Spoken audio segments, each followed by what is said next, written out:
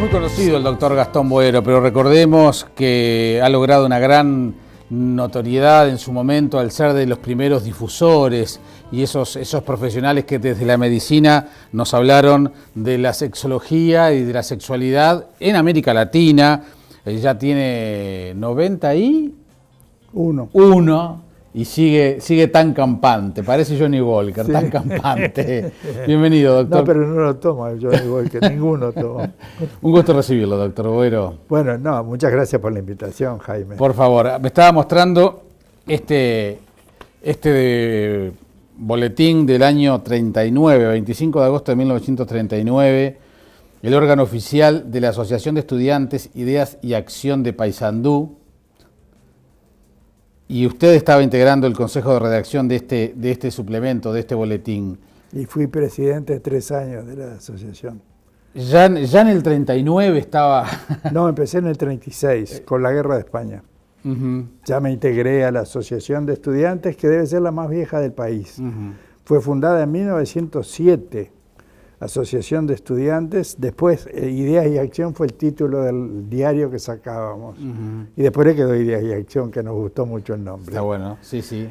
Había 2 más en aquella época, pero de cualquier manera, por lo que estoy recabando, estamos viendo en la Biblioteca Nacional también, no hay ninguna anterior, porque la Asociación de Estudiantes de Medicina, de la que también fui presidente, es de 1915, lo mismo que la de Derecho, y eso me lo dijo Carlitos Maggi, mi gran amigo, vidas paralelas, sí. Él en el Derecho y yo en la Medicina. Exactamente. Pero bueno, ya en toda esa época la necesidad de... No, veníamos de la Guerra de España, que el pueblo se dividió en 2, sí. Por un lado los republicanos y por el otro lado los franquistas. Evidentemente...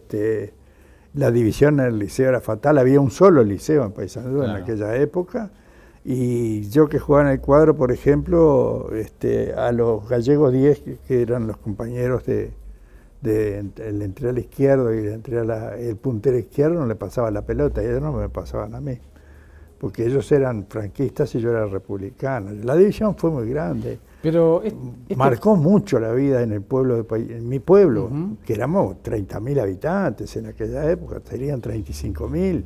Sí, pero... Los diarios nos llegaban 2 veces por semana en el ferrocarril.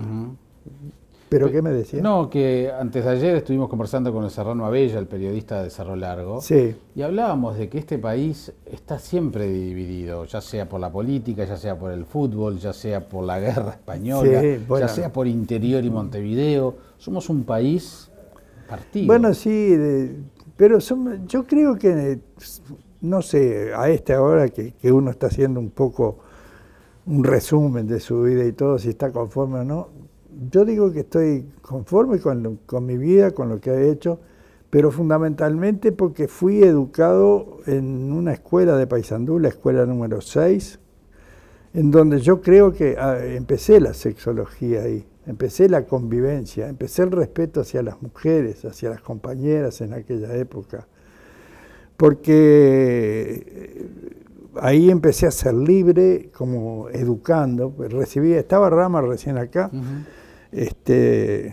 bueno, con mucho respeto, no le tengo ninguna simpatía porque me sacó la educación sexual y me echó de la educación sexual cuando ejerció secundaria. Puede saber mucho de enseñanza secundaria.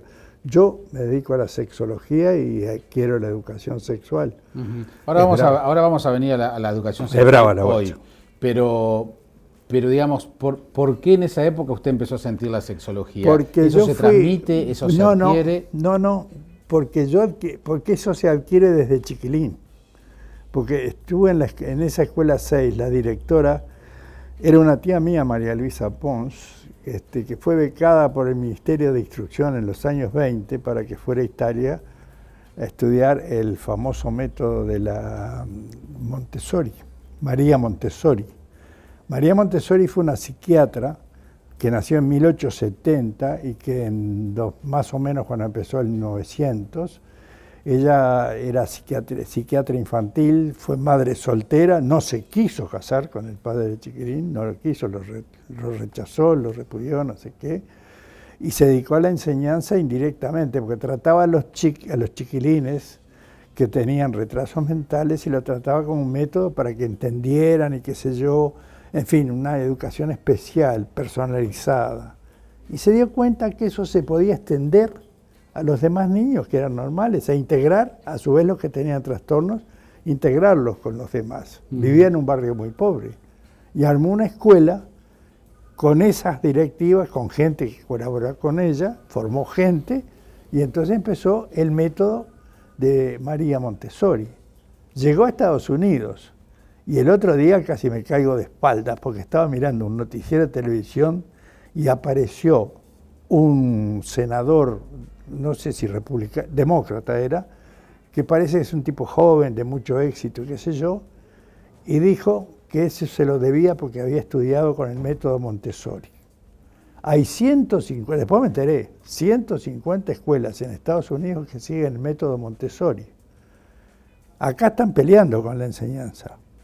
El método Montessori lo liquidaron porque fueron dos maestras, esa tía mía, María Luisa, que hizo la escuela 6, y la escuela al aire libre, que está en la calle 8 de octubre, fue la otra directora que fue con ella. En esos dos lados se iban. Yo a los 9 años vine a Montevideo con mi escuela a ver a esta otra escuela donde teníamos el mismo tipo de enseñanza. Ahí no había bancos, eran una mesa de 6 niños, donde eran 3 niñas y 3 varones. Cada cual hacía sus ponencias. Llegar a cuarto año era la gloria, porque en cuarto año teníamos el periódico, teníamos comisiones de meteorología, de química, de física, integrábamos todo, teníamos un diarito y además proponíamos los temas que nos interesaban, de lo cual le voy a dar uno solo, porque nunca más me olvidé del tema, que fue de la flaca de León, que nunca más la vi a la flaca. Éramos compañeros, supongo que de toda esa escuela creo que uno de los sobrevivientes soy yo, y ella propuso este tema, porque teníamos un cuaderno único, se llamaba, porque trabajábamos en la escuela en ese cuaderno, hacíamos redacciones, poesía, lo que fuere, ¿no? Y en ese proponíamos un tema, cada uno podía proponer temas para desarrollar. Y el tema de que ella se le ocurrió decir, que lo agarró toda la clase, ¿qué harías si fueras invisible? Hay que ver el resultado que dio eso. Hay que ver la respuesta de los gurises y las ideas que cada uno podía hacer si fuera invisible. Bueno, ese es para tener una idea sí, cómo, sí, sí, pero cómo en esa estudiamos. época usted comenzó ahí se dio cuenta. Ahí me di cuenta que, no, empecé a ser un tipo libre. En la escuela me dejaban ser libre y confrontar ideas con mis compañeros, porque no todos estábamos. Bueno, pero como esa era la excepción, eso significa que el sistema no genera... No, el sistema, Varela, evidentemente era el sistema vareliano que teníamos todos. Dentro del sistema vareliano apareció la Masilotti, me equivoqué de italiana, la Montessori con ese sistema que era donde le daba prioridad al educando. Claro, tenía maestras que también habían hecho sus cursos, se habían hecho. Entonces, en esa época yo me di cuenta, después cuando llegué al liceo, que fue un cambio brutal, porque incluso cuando pasábamos al liceo, teníamos la preparación de los exalumnos de la escuela que estaban en el liceo, nos daban a clase a los de sexto, que íbamos a entrar al liceo, y nos explicaban la diferencia enorme que íbamos a encontrar cuando fuéramos al liceo, que ese compañerismo, esa amistad, todo ese respeto por las muchachas que teníamos, todo, no, éramos todos iguales. Entonces ahí aprendí la importancia que tiene en la sexualidad humana la convivencia. 2/3 partes de una pareja tienen que ver con la convivencia y no con la sexualidad propiamente, o con la función sexual propiamente dicha, o el sistema sexual. Todo el mundo cuando habla de parejas, sí. Les recuerdo, vamos a ser literatos otra vez, García Márquez, cuando la pelea que tiene el matrimonio de Juvenal Urbino, ¿se acuerda que era el doctor? Con la, ¿cómo se llamaba la muchacha? Florentino Ariza era el otro pretendiente de ella.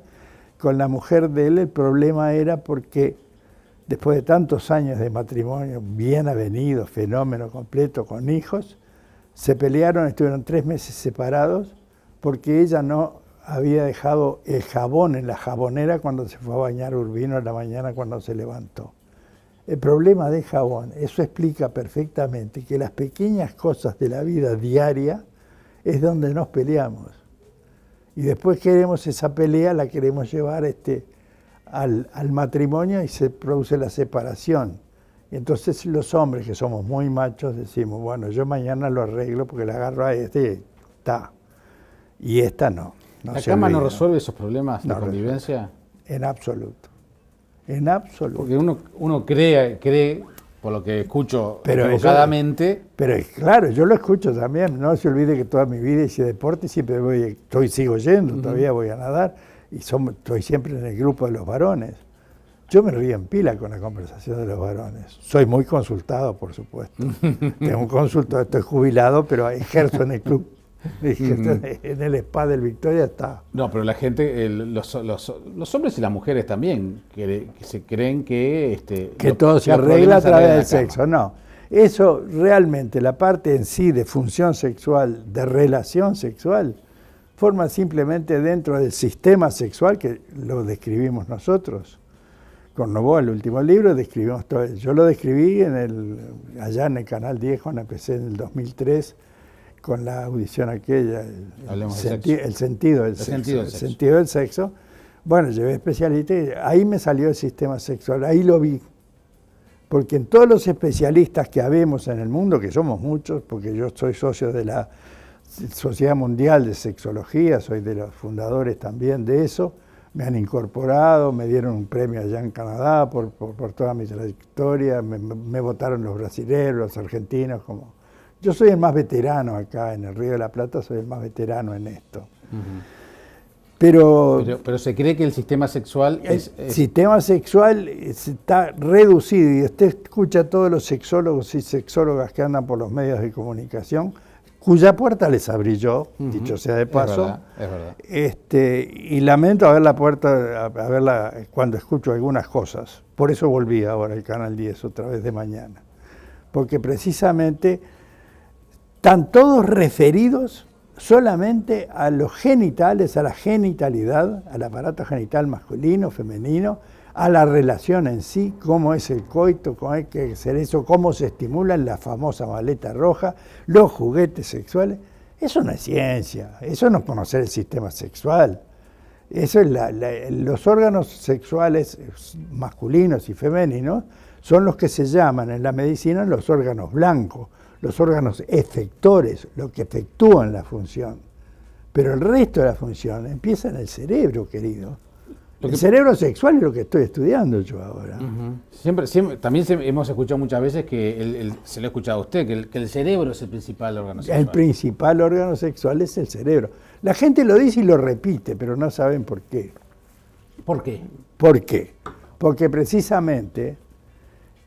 Usted tiene un motor, vamos a comparar, porque nosotros los médicos estudiamos el cuerpo humano como si fuera un motor, por ejemplo, ¿no? Entonces estudiamos las distintas partes, distintos órganos, etcétera, etcétera. El sistema sexual está compuesto por distintos órganos que forman el sistema. Ahora, todos en general se refieren al aparato genital, que son los efectores, pero recién a partir del 80, 82 prácticamente, se empezaron a estudiar los circuitos cerebrales que daban origen al deseo. Porque Master y Johnson describieron, sí, la función sexual a nivel genital, cómo se responde la vagina, cómo responde la erección peniana, cómo se hace la introducción del pene, etcétera, etcétera, las distintas fases, pero no describieron, hablaban del ímpetu sexual. Pero ese ímpetu no lo describieron hasta que en el 82 Helen Singer Kaplan, que es la tercera en discordia, estudió, que era psiquiatra y sexóloga, encontró los circuitos cerebrales que dan origen al deseo. Y eso es lo que desencadena todo lo... Claro, si usted no tiene deseo, por más Viagra que le dé a un tipo, no consigue una erección. El deseo es la base, es el motor de arranque, pero es fundamental. ¿Y cómo se nutre? A través de los órganos de los sentidos, a través de los pensamientos. Además, las fantasías las crea el cerebro. Incluso puede crear situaciones. ¿Y los juguetes no son un aliado en ese sentido? Ahora que hay, sí hay toda una industria vinculada a eso. Sí lo necesita, sí, porque pueden excitar más o menos, pero tienen un efecto más psicológico que real desde el punto de vista de la respuesta sexual. Porque son más que nada un placebo que ayuda un poco a desarrollar el deseo sexual. Y ahí todo vale. Todo vale. Además, la cuestión sexual es una cosa entre dos personas, supongo. El sexo grupal ya se considera otra alteración sexual. Entre dos personas tienen que hacerlo en la intimidad, porque nadie se le va a ocurrir ir al Estadio Centenario a tener una relación sexual entre 50.000 personas. Bueno, pero forma parte de esas distorsiones que hay también. Por eso también, está dentro de eso. El sexo bien entendido empieza por casa, es decir, que cada uno tiene que conocer su propio sistema sexual. Y la pregunta mía es, ¿cuál es el inconveniente que tenemos para enseñar el sistema sexual? Tenemos el sistema social, que yo le llamo SS porque es la Gestapo. Porque el sistema social tiene, frente al desconocimiento del funcionamiento sexual, tiene todo un sustituto, una serie de ideas, de elucubraciones falsas, ¿no?, que hacen que incluso que produzcan alteraciones sexuales importantes. Doctor, lo que pasa es que hemos pasado de la represión absoluta, antes usted era decía la chanchada, la libertad absoluta. Y hemos pasado de la represión absoluta, donde el hablar de sexo en la educación, con la familia, estaba casi que prohibido, era la chanchada, era algo que nos lo reducían al grupo de pares. Bueno, mi educación sexual, se la explico. Cuando me pusieron los pantalones largos, soy de esa época, ¿no? Claro. Entonces, en ese momento, yo tenía 14, 15 años, mi padre me dio un peso y un condón. Claro. Esa es mi educación sexual. Hay que debutar. Hay que debutar con una prostituta. La prostituta. Esa es la educación sexual. Y bueno, que y se tenía. José y los quilombos es una institución. Bueno, Paco Espino la palabra. No, sombra sobre el hierro. Por eso le digo. Por favor. Pero entonces digo, pero también uno siente que de esa cosa represiva se ha pasado a donde el sexo y además anexo a eso toda la industria del porno ha llevado a una banalización del sexo, donde aparece casi como normales estas alteraciones que usted comentaba ahora. Entonces, una industria en torno a eso. Siempre, ¿cuál es el punto medio o el punto siempre justo? Siempre la hubo. Porque esa industria que usted dice, anteriormente era la historia de la princesa rusa, que era del siglo XVIII, del XIX, perdón. Sí. Toda la literatura. Nabokov, Lolita, imagínese. Bueno, tuve cada discusión con Nabokov, porque dice que es un gran escritor, y yo le digo que es el tipo ese, tiene una alteración sexual muy importante, este tipo. Pero en fin. Está bien. Vamos pero esa era parte de toda esa... Yo le voy a contar la experiencia que yo tengo. Yo siempre lo estudio la parte seria a medida que me fui formando después del Congreso del 57 en Montevideo, donde se estudió la parte reproductiva. Caldeiro Barcia y Hermógenes Álvarez presentaron la oxitocina y el estudio del útero. Reproducción, elemento fundamental en la sexualidad, pues es el origen del sexo. En segundo lugar, el segundo trabajo de Crotogini, congestión pélvica crónica, una enfermedad que demostró que el 75% de las mujeres que la padecían era por trastornos sexuales. Fue la primera vez en el mundo que se publicó un trabajo en ginecología donde el sexo, la sexualidad era responsable de eso. Después lo comprobamos. Y tercero, se presentó, y eso está poco sabido, el Anoblar. El Anoblar fue la primera píldora anticonceptiva de Schering alemán. ¿Me está hablando de qué año? 1957. Yo estaba en la secretaría de ese congreso. Yo agarré esas tres cosas, el trabajo de Crotogini, me vinculé, yo estaba con Rodríguez López, que fue el presidente del Congreso, me vinculé con Álvarez también, con Crotogini, que había sido discípulo de él como alumno de facultad, y entonces empecé la sexología y a estudiarla en serio. No estaba estudiada, no teníamos dónde estudiar. Claro. Hasta que en el 66, Master y Johnson me enseñaron como es un consultorio, que ya lo puse en el 70. Entonces yo empecé a trabajar de ahí, empezamos a progresar, pero a trabajar en serio. Doctor, y esos mojones de los que usted habla, ¿también se puede manejar los mojones en función de las píldoras, por ejemplo? La píldora la dan como el elemento esencial en la liberación femenina. ¿Es tan importante? Es tan importante porque hasta ese momento las mujeres no estaban al arbitrio del hombre para evitar el embarazo. El hombre tenía que usar el condón, de lo contrario se embarazaban las mujeres. Y el hombre hacía lo que quería. Además, la misoginia es la peor de las pestes que tiene la humanidad desde el punto de vista intelectual. El desprecio de la mujer todavía vigente. Viene desde la época primitiva. El matriarcado primitivo eligió, pero fue una cosa muy... Pero después la mujer siempre es un desastre. Si no, Eva es la responsable. Agarre las religiones, por ejemplo. Viene de la religión, pero viene de la filosofía también.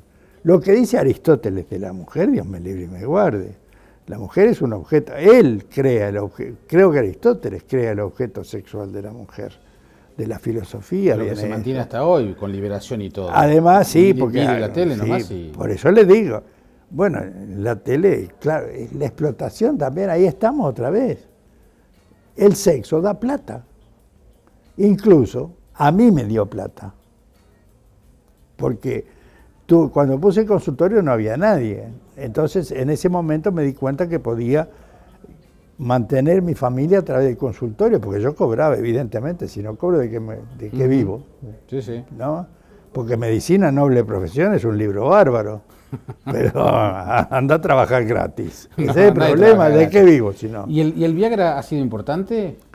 Bueno, según los hombres y según los medios de comunicación, es la píldora del siglo pasado. Por eso se lo preguntaba.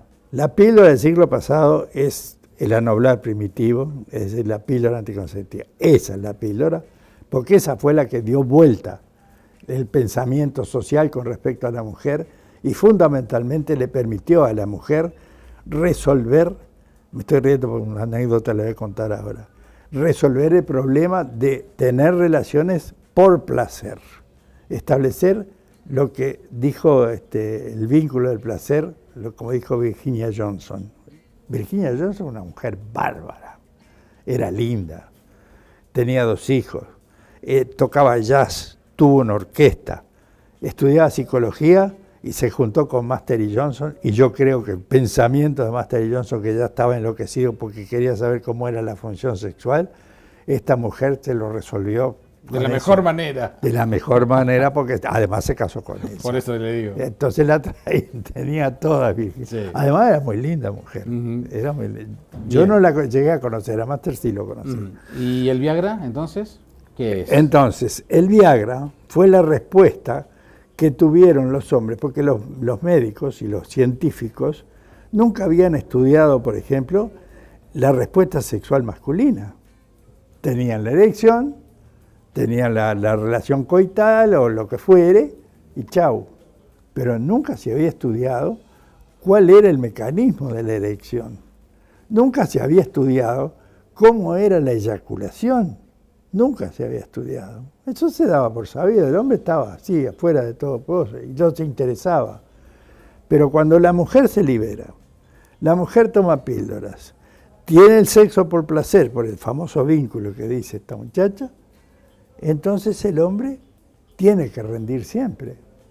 Porque hasta ese momento, si no tenía relaciones, porque tenía problemas de disfunción eréctil, por ejemplo, no importaba, porque él era el dueño de la sexualidad. Entonces la mujer pasó también a pedir. Después que sabes, pedís. Claro.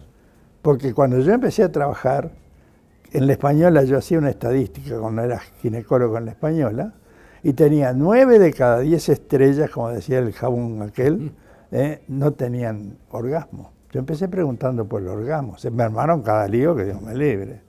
Mujeres que me relajaron. Y la mujer no había lugar para el placer. Bueno, pero es claro, porque la mujer no integraba el placer. El placer era absolutamente masculino. Y cuando la mujer empezó a pedir, ahí los hombres empezamos a decir, Entonces empezaron... No, ahí vino el aspecto científico. Dice, bueno, pero vamos a estudiar, ¿y por qué? ¿Y la impotencia? ¿Y esto? Pero en 20 años resolvieron el problema. Masculino me refiero. Entonces apareció, el Viagra. Claro, en 98 aparece el Viagra ya como elemento erectógeno, ¿no? Doctor Boero, ¿y el SIDA? ¿Qué papel ha jugado en todo el tema de la sexualidad?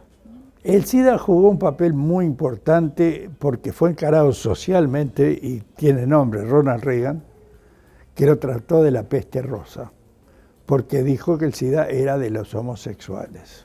Es cierto que tienen más facilidad de contagiarse los homosexuales y qué sé yo, pero también las mujeres tienen SIDA, las mujeres son contagiadas y las mujeres transmiten el SIDA a través a su hijo cuando están embarazadas.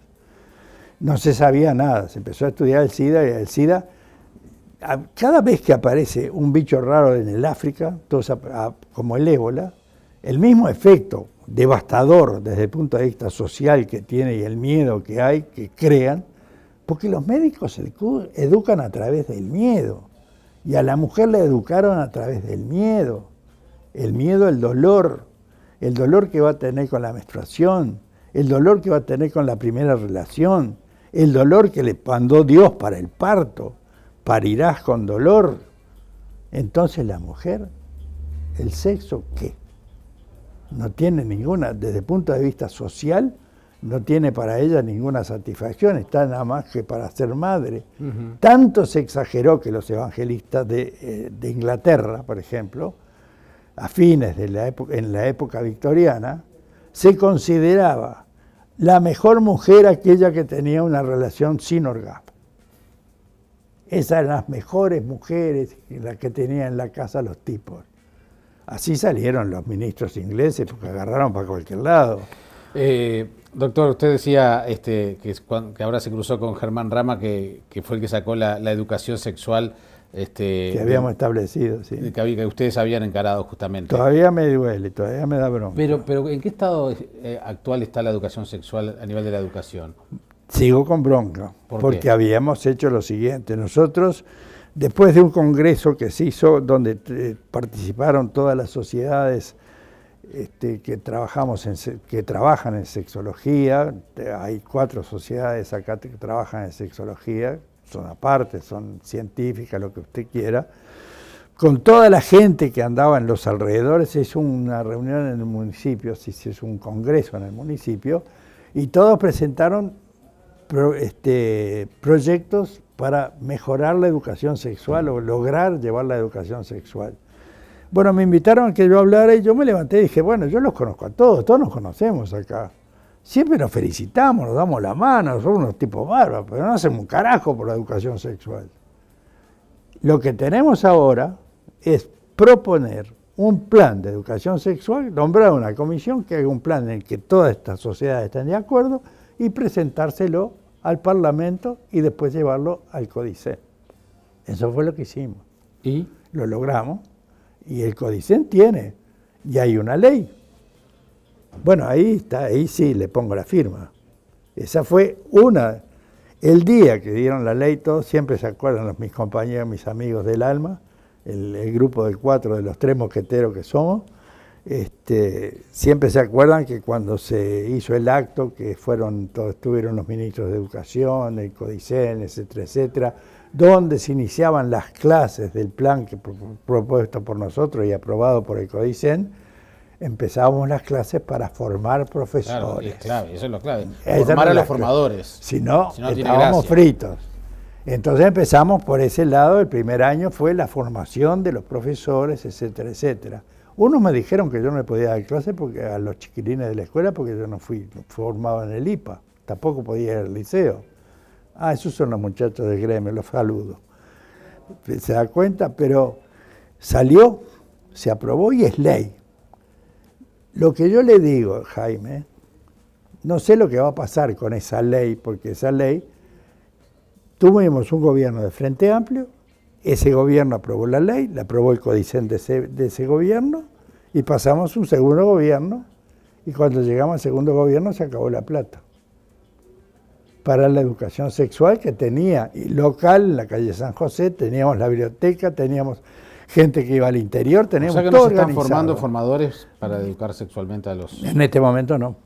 Cambiaron, hay 1 o 2 personas porque la ley está, entonces tiene que haber alguna gente que lo haga. ¿Y entonces qué pasa con esa formación a través del IPA? Y andan discutiendo entre ellos. Ahora está dentro del lío de la educación, de la educación general, está también el problema de qué van a hacer con la educación sexual porque está establecida por ley.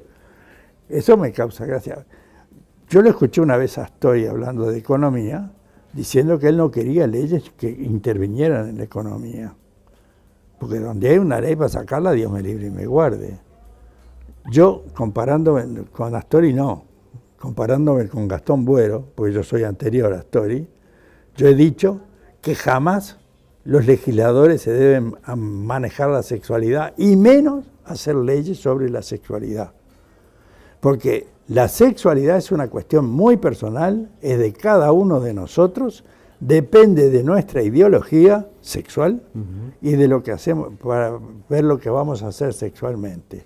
Y ahí está mezclada la parte social, la parte anátomo-fisiológica. Doctor, ¿y qué tan grave es carecer de educación sexual a nivel de la enseñanza? Si usted carece de los resultados, me preguntó por el SIDA. Al SIDA nosotros llegamos a una meseta.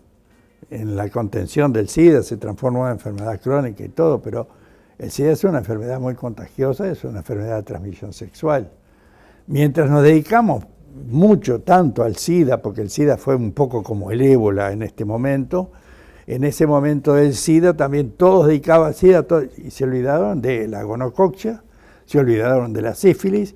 La doctora Cuevas, que trabajó conmigo, que fue discípula mía, que la quiero mucho, y si me escucha, un saludo, tiene un trabajo sobre la aparición de la sífilis en esa época que floreció la sífilis, porque nos olvidamos, de la sífilis. Sí, el doctor Turnes tiene un libro también sobre... Turnes, pues cierto, Turnes tiene un libro también, otro gran tipo, ¿no? Gran tipo. Y bueno, ¿pero qué significa entonces el carecer de educación sexual? Le estoy demostrando cuáles son los resultados. Expuesta a todo que eso. Toda la campaña que se ha hecho con el SIDA no han conseguido absolutamente nada. Segundo, el embarazo adolescente. Un grave problema. Tampoco tenemos problemas. Seguimos sin resolver ese problema. Hay un núcleo muy duro. Hay un núcleo muy duro que se está agravando. Fíjese todo eso. Las disfunciones, es decir, las alteraciones sexuales, la anorgasmia de las mujeres, sobre todo el problema se centra más en la mujer que tiene una sexualidad que estamos estudiando muy bien ahora, pero que está también basada en muchos mitos que no son reales, porque ahora le inventaron el punto G, es un invento mediático absoluto, y en este momento estamos estudiando con Jorge Di Iorio de Androclínica, estamos estudiando la acción del pene en el fondo de la vagina durante el coito. Y hemos encontrado una serie de perlas divinas, dentro de las cuales estamos demostrando, y el CNN, lo escuché en CNN el otro día, qué casualidad que con los yanquis 2 por 3 coincidimos, ¿no? CNN hizo una publicación en el Noticiero Central, donde decía que el punto G no existía, uno, y segundo, que el orgasmo femenino era uno solo, y no había clitoridio ni vaginal, cosa que vengo diciendo desde que empecé. Lo que pasa es que ha habido mucha literatura, mucha publicidad sobre eso. Bueno, por eso yo digo... El marketing en torno al sexo es impresionante. Pero cualquiera que viene a hablar de sexo, la gente lo escucha, porque la gente padece de lo que Arnaldo Comensoro, gran amigo, sí. Arnaldo dijo el analfabetismo sexual. Pero es diferente, decía Arnaldo, y con muchísima razón, del analfabetismo a secas. Porque en el sexual hay una sustitución del conocimiento a través de una serie de ideas equivocadas con respecto al sexo. ¿Entiende? Por ejemplo, el ejemplo más lindo que a mí me causa más gracia es el tamaño del pene. Esa es una historia. Toda una historia. El valor del pene viene, bueno, dentro de los judíos, el valor que tiene el órgano reproductor máximo dentro de la religión judía es el pene. Tiene toda una historia ahí religiosa con la circuncisión, etcétera, etcétera, ¿no? De manera que... Y bueno, y después está todo hay una cantidad de elementos que tienen que ver con el sexo en diferentes instancias. Claro. Estábamos hablando del debut sexual por un lado, las edades para eso, ya sea en hombres o en mujeres, cambia También totalmente. es distinto, Cambia totalmente. El valor de la virginidad, sí, también. Bueno, los roles de género en realidad son los que dan origen a todas estas teorías. El sexo en la tercera edad, por ejemplo. Bueno, eso sí lo tengo bien estudiado.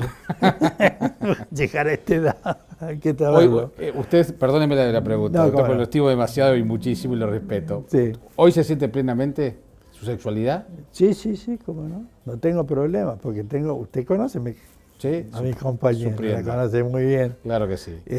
Creo que pese a que hemos tenido tantos años de vivir juntos, por eso le digo, nos peleamos por cosas banales. Exactamente. En otra parte no hay ningún problema. Mucho se ha hablado cuando se discutió todo el tema de la unión y del posterior discusión del matrimonio de personas del mismo sexo.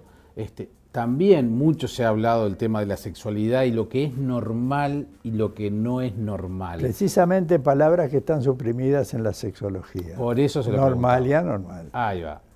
¿Qué es lo normal y qué es lo anormal en sexología? ¿O por qué están prohibidas esas palabras en Desde el sexología? punto de vista científico, está aceptado ya mundialmente que la respuesta sexual humana, como la describe Master y Johnson, como yo digo, el sistema sexual corresponde a 3 etapas. La etapa del deseo, que es la cerebral, motor de arranque y fundamental, sin la cual no funciona nada. La transmisión del periodo de excitación, que es el segundo periodo, donde se empieza a actuar sobre los órganos efectores genitales, tercera etapa.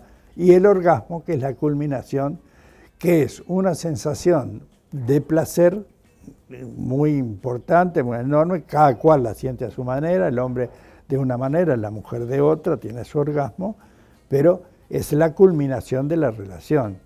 Y una pregunta que nosotros agregamos en todas las encuestas que hacemos, la satisfacción, porque se pueden tener las 3 etapas que son anátomo-fisiológicas, pero el sujeto puede no estar satisfecho. Y es donde entran a jugar los otros factores personales. Entonces surge, este es el sistema sexual, fisiológico, anatómico y fisiológico. Yo estudié el cerebro, la conducción de los nervios, los neurotransmisores, que son... El neurotransmisor que dirige la primera mitad de la relación sexual se llama dopamina, es una sustancia aislada cuya química conocemos.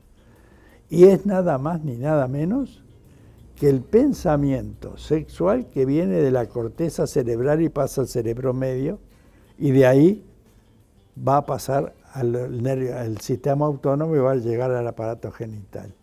Pero la dopamina, y la contraria, la serotonina en la etapa después del orgasmo, son 2 sustancias químicas que expresan pensamientos.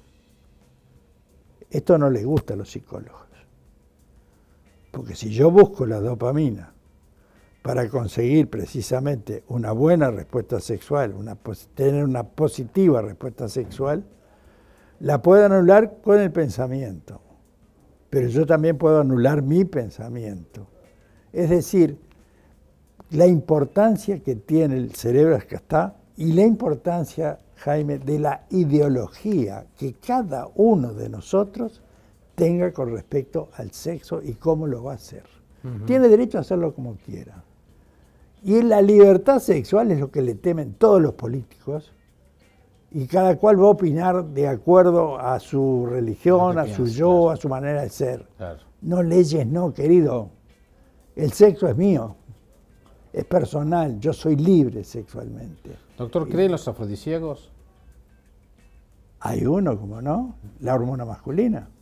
Es afrodisíaco, sí, 100%, porque actúa sobre el cerebro justamente. Claro, por eso sobre el prefrontal, actúa. En la zona prefrontal del cerebro tenemos una zona que es muy receptiva a la acción de la testosterona, que tanto en la mujer como en el hombre aumentan el deseo y provocan el deseo sexual.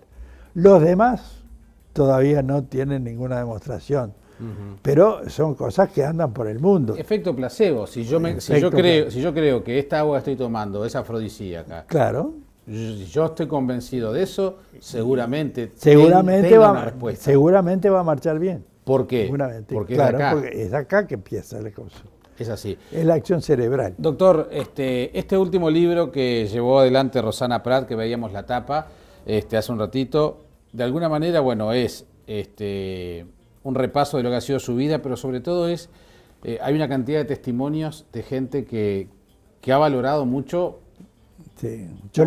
la valentía también que ha tenido, porque usted ha ido a contramano de muchas cosas en todos estos años. Y durante la dictadura, un día me sacaron del consultorio del Español y me llevaron a interrogar por lo que había dicho la noche anterior en la 30. Donde después del informativo de la 30, en plena dictadura, yo aparecía en un curso de sexualidad humana. Hice un curso en la noche. Después que con Raúl Ortiz, que usted lo conoce, a Raúl, sí, claro. Si lo ve, dele un saludo, yo lo hace tiempo. Con Raúl nos juntábamos de noche, quedábamos los dos solos en la radio y yo haciendo mi audición de sexología. Muy subversivo, ¿eh? Y en esa época... Muy subversivo. Pero de alguna manera usted lo que nos ha enseñado a todos es eso, es lo que dice Rosana en el título del libro, Testigo del Futuro. Es decir, no podemos quedarnos con esas cosas que nos anclan a una educación, a una religión, a unas creencias en el pasado. Están muy bien esas creencias, pero bueno, tenemos que tratar de evolucionar y salir adelante, porque en definitiva, hoy sabemos mucho más de sexualidad que antes. Sí. Pero me da la sensación, escuchándolo, doctor Boero, que todavía falta mucho por saber. No, falta mucho y precisamente yo pienso que la enseñanza, y vuelvo al tema de la enseñanza, tiene que ser, ¿por qué digo yo? Y eso, por ejemplo, si tuviera Rama acá se lo discutiría. ¿Cuál es la objeción que él me pone a que yo le enseñe a los muchachos, por ejemplo, de secundaria, el sistema sexual? Pues no está enseñado. No hay enseñanza. Yo estoy enseñando un sistema a la gente, que la gente no lo conoce, lo consideran extracorporal. Cuando hablan de sexo, hablan como si fuera una cosa distinta, que tiene influencia. No, no. Es un sistema que funciona con el sistema cardiovascular, con el sistema nervioso, con el sistema locomotor, con los músculos, etc. Está en combinación, es una parte más de los sistemas que forman parte del cuerpo humano. Y ha tenido una evolución que viene desde la célula primitiva y que nos llega hasta ahora. Entonces, ¿qué hay de malo en enseñar el sistema sexual?